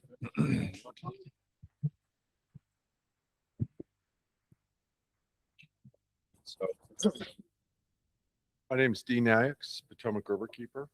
I work for Potomac Riverkeeper Network, and I have a comment and then a question. And my comment is we ran a poll. We polled 643 people, 66% identified as river users. And, basically 40% said that they felt comfortable returning to the river now that E. coli's are returning to levels are returning normal, but 99% said that they wanted ongoing water quality monitoring. So I just thought that was important and wanted you to be aware of it. And then the top concerns, the takeaway, and this surprised me, was that the impacts of the spill on wildlife and fish ranked 86% higher than public health, which really surprised me. And yet there's nothing in the remediation plan at all that I'm aware of about wildlife and fish and aquatic life and aquatic health of our river. And then the second two things were public health and concerns and river safety and recreation. And so while you see MDE doing sediment testing in these universities, I don't see you doing any sediment tests at Three Sisters in the DC waters where people are recreating and using the river. So we see University of Maryland, George Mason universities doing aquatic benthic testing. We're doing sediment analysis. And I don't see DC Water doing anything about that. So the three major concerns are things that literally you're ignoring in your remediation plan. They feel like you're not doing at least DC Waters. It is good you're doing the water quality monitoring. So switching gears, for a while, I've seen you publicly, David Gaddis, say that the federal emergency funding, the 75% match was going to help pay for the cost of the $20 million plus cleanup. And it's now over $20 million. We're aware of that. And so we just found out recently that emergency declaration did not lead to that federal match for that cleanup. And so we checked with DC Council Member Allen, who oversees DC Water. He was not aware of this. This was just in the last couple of weeks. We checked with members of your own board who said that they were not aware of this. So I'm just asking you, will you please, and from what we're hearing, that's going to fall, the cost of this cleanup, the $20 million plus, is going to fall on ratepayers in Virginia, Maryland. Will you please confirm publicly, I noticed how you didn't talk about it tonight, we at least confirm publicly that that emergency federal funding did not come through for the $20 million plus cleanup tab that it's going to take to deal with this, remediation and cleanup. My question is, I've seen you publicly state that the federal emergency declaration was going to lead to 75% coverage of the $20 million plus cleanup tab. And what we're understanding now is that money did not come through. There was emergency support, federal assistance through EPA monitoring things, but that money that was available to pay for the $20 million plus cleanup tab is not come through. And that has been confirmed. So I'm just asking you, will you at least confirm that with the public? Because there's elected officials here whose ratepayers are likely going to have to be picking up this $20 million plus cleanup tab. And none of this has been made public. And I just think it should be there should be some public awareness about that. Yeah. So we have, it has been put forward. And so we just have recently. Yes. Just recently, but not when you were stating it back then, because it was not a major emergency declaration.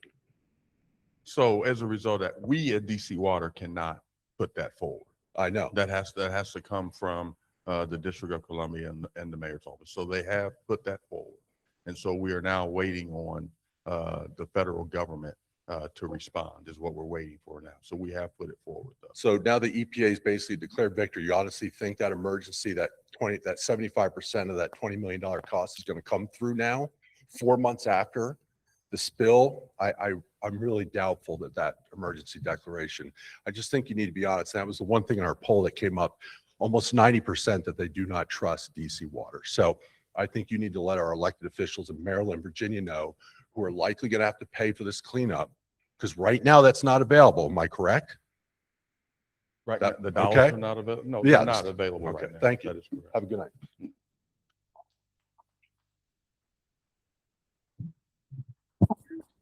Good evening. My name is Sue Ship, and I'm from Cabin John. And I am going to shift to the canal itself. I'm very concerned in the reports and stuff that I've looked at. I have not seen sediment testing, water testing of the canal going from lock 10 down through lock 8. I'm concerned for a couple of reasons. So it's kind of twofold. One is when you go up to where you have ended, where your fences are, where they are scooping out the mounds of sewage and muck, the odor is as worse than it's ever been. And yet your fencing stops right there before your dam, which leads me to believe that you're going to stop clearing the canal where you have stopped. You're stopping at the fenced off area. So my question is that accurate? Right. And my concern is all of that soil and sewage right there at the end is god awful. And I think that you should have to carry through beyond your dam and down actually to lock 10. And clear it out to where when you're digging up soil, it is just fresh smelling dirt and we're not smelling really horrible sewage. So please do not stop where you've stopped your fence line, where the dam is, because the dam was put in after the fact. Sewage was spilling in that area. And for you to draw the line where your dam is, I think is very concerning, especially when I have not been able to find any data about water testing and soil testing going down the canal. And my husband and I walk this area. We saw water in April when we hadn't had rain in 2-3 weeks. And there's trickles of water going down, and there's every reason to believe, water finds a way to flow regardless of dams or not. It's not a lot of water, but if you haven't done the testing there, we need it. We need to know that the anecdotal evidence we have, we get algae blooms every summer, around Lock 8 in that part because there's not a lot of moving water. They're already there very significantly, which seems rather early, especially because we've had a very cool spring. Couple of random days of 90 degrees, but by and large, very cool. So I think we have a problem there. You guys have been talking extensively about the river, but there's been no talk about the canal. There's no talk about, when you talked about all the agencies involved. On your chart tonight, the National Park Service wasn't up there. And that's worrisome to me that I don't know where that problem lies, but clearly the canal is also a critical asset to the country and to us locally. So I don't know if you have anything to say about my observations and my sense of things now, or if you'll take those considerations away with you.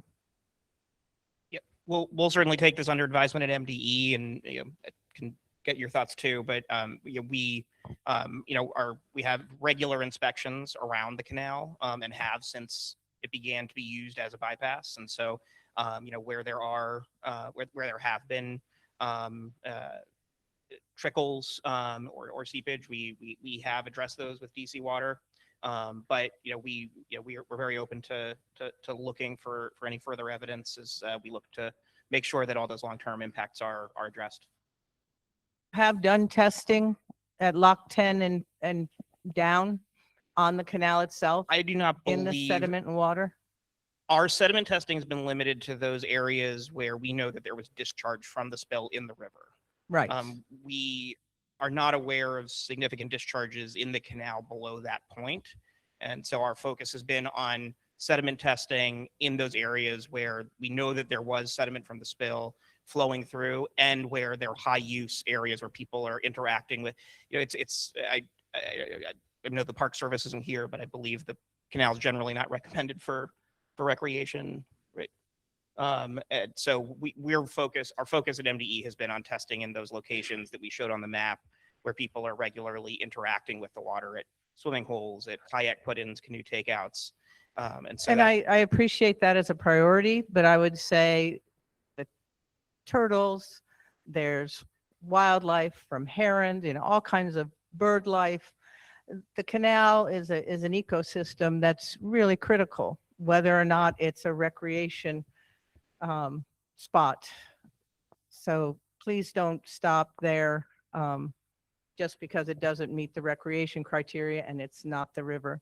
And then the only other thing I wanted to circle back to help you understand what I believe one gentleman was talking about, where you stopped your fencing for the canal itself, past that towards Lock 10 are the signs that still say you cannot walk down to the creek on those paths that are beyond where, you're not going to deal with the canal there, but that whole part of between the canal and the river is blocked off for, no, trail closed.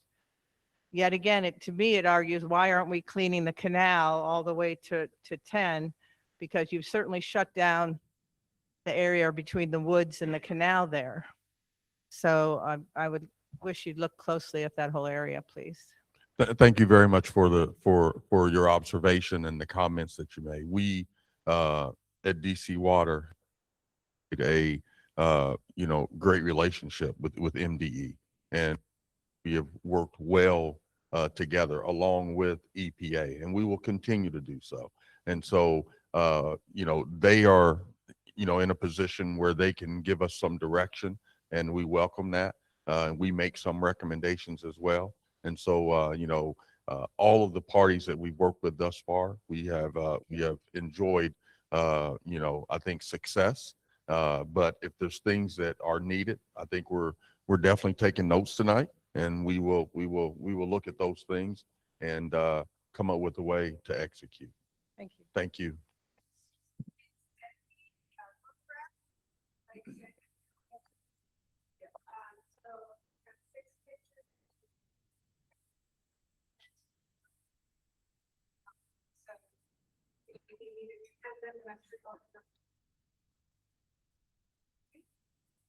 Yeah, just I wanted to address a couple of things. One is if we're doing testing on the piping, it'd be really great to get that information out, how far you're getting and how much pipe has been scanned and what the state is of the pipe. I think part of what we're trying to recover from here is the lack of confidence. And by not really telling anybody how much you're doing, does people wonder, this is the first time I've heard that you had actually accomplished some miles in the midst of all this. The second thing is a communication for health. And that is, you said that you have correlating data with rainfalls and E. coli. Well, we need to get that out to the public. If you look at LA, I always go back, and I think I spoke to you about last time, you go to LA County, on the weather forecast on the TV stations, there's a no swim, right? There's an X with the swimming or water contact. That should be in DC for this situation. I don't think you guys should hide it. You're doing some work, but the communication to the public is to go onto your website and read through it and think about which day it rained and can I go tomorrow or the next day? That's not a health practice. It doesn't really work. You need to actually give us some real guidance and say, this is a green light, this is a yellow light, it's a red light. I don't know what method you want to use, but the people here going down to the river don't get that data unless they go onto a website and go dig into it.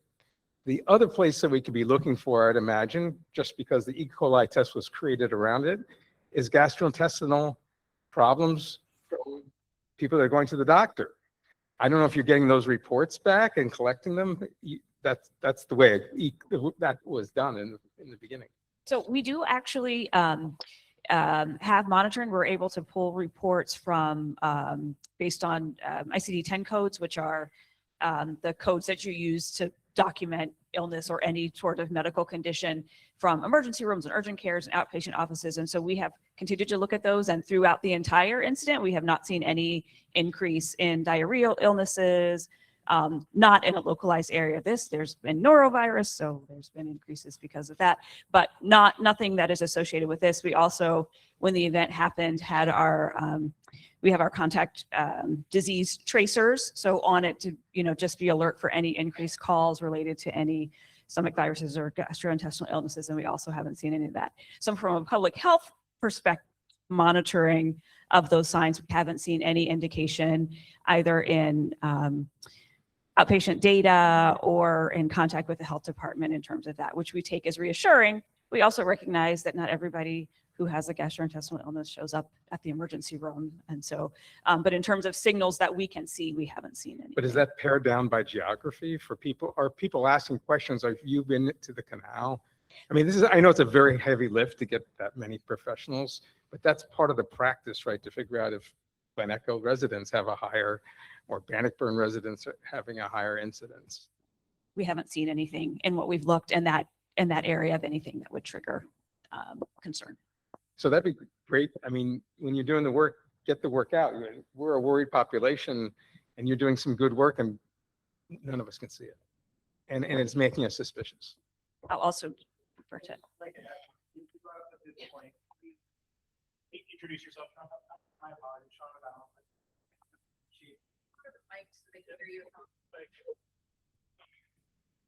Sean O'Donnell, I'm the Deputy Chief with Public Health, work closely with Dr. Davis. And we've looked at, we see the data coming out every day, every week. DOEE has a great dashboard that captures all the testing being done. We see the few days when it does jump higher, and it does correspond to when there's big rainfalls. We talked about whether this is something we can put out. The Office of Emergency Management, they have alert systems. Most people are not on it, right? The other part about it is, in order to put it on alert, we have to wait for the testing to be done, to come back, to be posted, to see it. And at that point, it's already too late. That testing is from a couple days ago. It's more important for us to message to you all the awareness that when it rains, it's not a good time to go in the water without taking precautions. And most of the folks know that, who go on the river regularly. They know the bacteria spikes. The folks that, when we craft our health warnings, the folks who really don't follow that, can't track it, children, You know, they're not going to be really cautious. They go in the water, they put their hands in their mouth. Pets don't know any better. If you walk in your pet down there, they go in the water, they're more likely to ingest something that might be bacterial. So we do want to raise awareness. That's why we added in all these general precautions about being in the Potomac River. Just because it's back to the levels that it was before the leak doesn't mean that you want to drink that water. It's not treated. It's not, so I mean, this is an,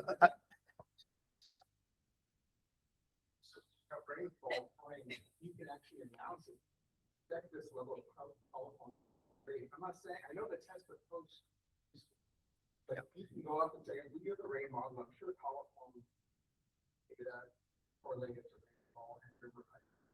And so put that out there so you can say, we predict that telephone level will raise. Put it into the news, put it on the news page. that we can look at doing that more with our social media, with other alerts that we push out. I realize we have such a limited ability to connect to the community through those methods. But we are hoping that media sources, the article came out this morning about a lot of this, about the sediment testing, and that's great because it raises awareness, and that's what we're here to do. It's just is offer that education so that people know what the risks that they have when they go out there. All right. Well, seeing as it's 9 and we appear to have gotten through all the questions in the room, and I think almost all the questions online, I did want to just thank everybody for being here, for sharing your time with us. I want to acknowledge the folks from DC Water, the Department of Health, Montgomery County Department of Environmental Protection, and of course our team from MDE, who've been working day in and day out with the community here, and learning a lot from the wisdom that you all bring to this. So thank you for continuing to share that with us. Please don't stop sharing it with us. We have a website or an email address that Rick, can you we have the registrations for the people who signed up to come here, and we can share that out so that if you do have additional comments for MDE writ large, other input on the plan, please share it with us, and please of course share it with DC Water too. And we will continue to be engaging with all of you. I want to especially thank Mayor Costello for opening the Glen Echo Town Hall for this.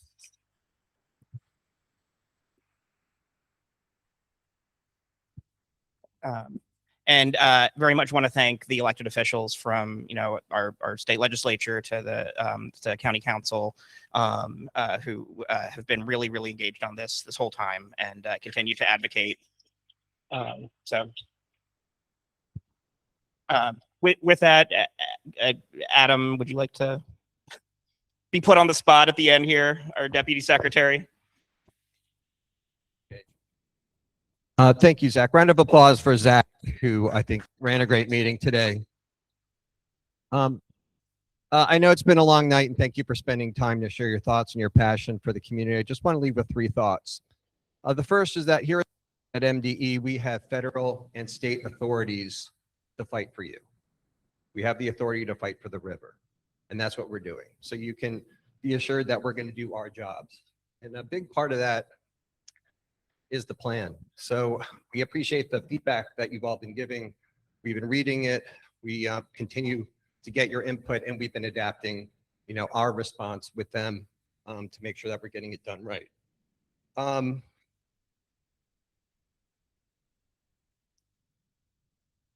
sorry, I've lost my train of thought. The other thing I want to say is that we talk all the time. So the folks that are up here working together have conversations every single week. And that we have tough conversations where not always in agreement, but your thoughts and your passion are being represented in what we're in the role that we're providing with them. And finally, I want to thank all of you for leaning in. We're listening, we're on your team, and we're going to remain on your team. So we appreciate so much everything that you've been doing to fight for your community, and we're part of that team as well. So thank you, everybody, and we appreciate you and everything you've been doing.